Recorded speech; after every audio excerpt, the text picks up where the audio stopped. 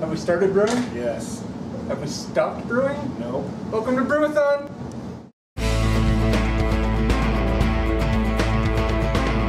Hola viewers, welcome to another Brewathon Build It session. I'm your host Tim Bryce, and here today to talk to you about building a wort chiller. Now, I've been borrowing an immersion chiller from a friend for a while now, and it's time to have my own.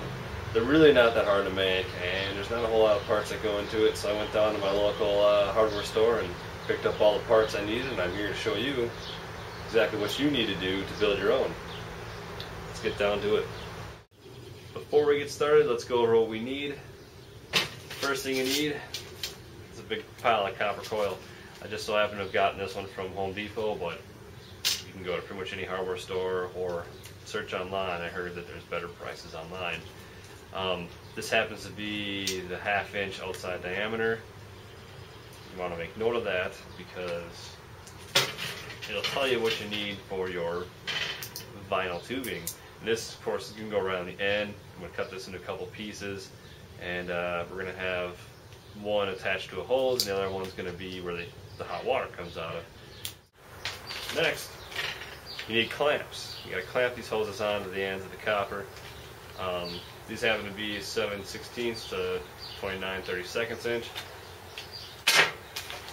If you need to know, it's item number 61275. And last but not least, this is the female hose and barb. It's the Wort A397, and again, this will change if you're changing the diameters that you're working with. These are just happen to be the ones that I'm using right now. Should give me everything I need. It's pretty simple. Not much of the parts list here. Not much of the tools list either.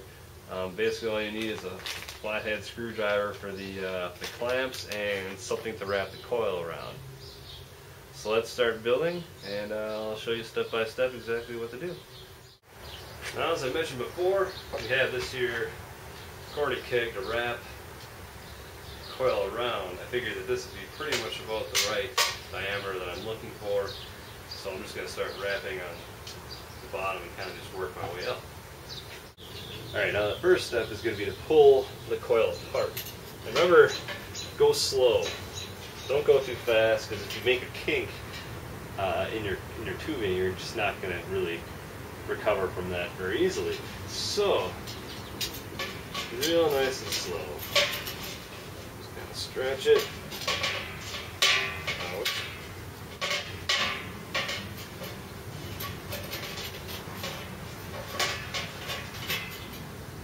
There we go. Not everything's pulled out when we have something to work with. You want to start at the bottom, kind of just tighten the coil around the object that you're using. And again, move slowly.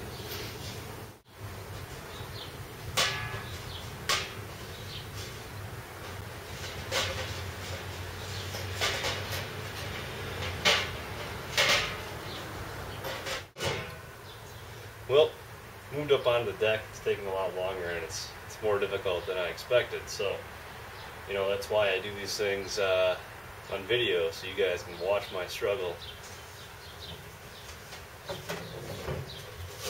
Hopefully you'll learn something from the fact that I'm an idiot.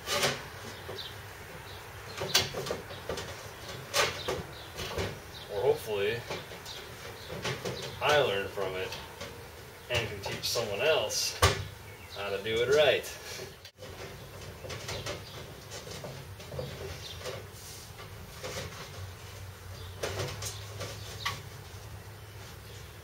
Well, one thing I found that kind of works for me is kind of grabbing hold of the ends and going opposite ways and pull one arm towards you, push one arm away. And it does start to make this nice coil around it.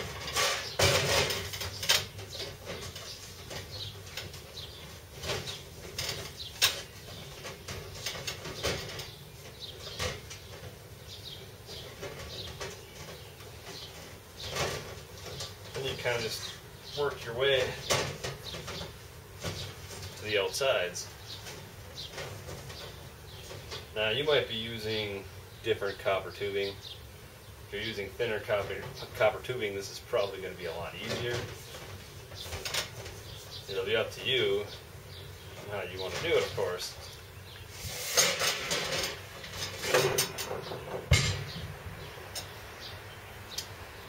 And there you have a nice, even coil. Now the next step, which is going to be even more tricky and more touchy, and one you'll have to go even slower with, is to get these copper pipes so that they stick out. The reason we're doing that is because you really probably only want the copper to come in contact with your wort.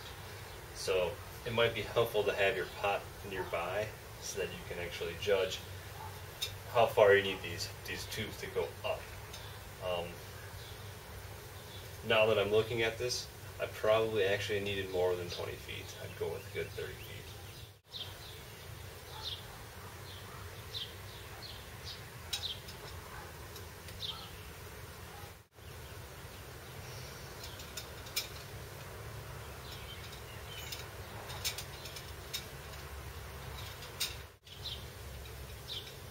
Again, it takes a while.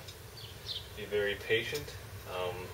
Sometimes it's just a matter of figuring out what angle you need to be in to get the tubing to go the right way that you want it to go. As you can see, I'm on my way. Got to kind of straighten this out, and it should be pretty good.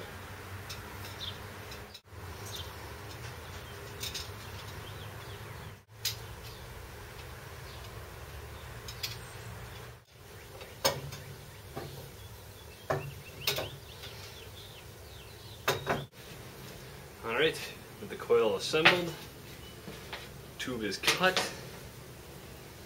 flathead screwdriver is retrieved.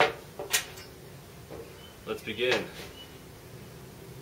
Now, I don't know about you guys, but one thing that annoys me when I buy tubing at, say, Lowe's, for example, is that they always seem to like to put the stickers on them. And that annoys the crap out of me because they don't come off the damn hose. Be smarter than me and tell them to just don't put the sticker on the hose. Now, I realized I made a mistake earlier when I mentioned you only needed 2 of these clamps. You actually need 3. Stupid. I'm sorry, I had misspoken. You need 3 of them, so I won't be able to complete this evening because I need another clamp. I didn't think about needing the clamp for putting the hose barb on the end. So one thing to do before I forget, pretty forgetful as you can tell, take the clamp, put it on first, and then put the barb on. If you don't do that, and then you gotta take the barb off again, it's a giant pain in the butt, and then you look stupid like I do. Ouch. You think that's funny, don't ya? Alright, now with the clamps on, except for the one that I forgot, you have a completed wort chiller, and we are ready for brewing. Almost ready for brewing. One thing I didn't tell you is while you're rubbing this thing on the ground, you're getting all free and wild with it, trying to get this thing together, you got it quite dirty, I'm sure. Be sure to bring it inside and clean it up in a utility sink or whatever. I just mentioned that because that's what I'm going to do right now. Get it all nice and clean, ready to go for the next brew. Other than that, that's all there is to it. Have a good one. Happy brewing. Cheers.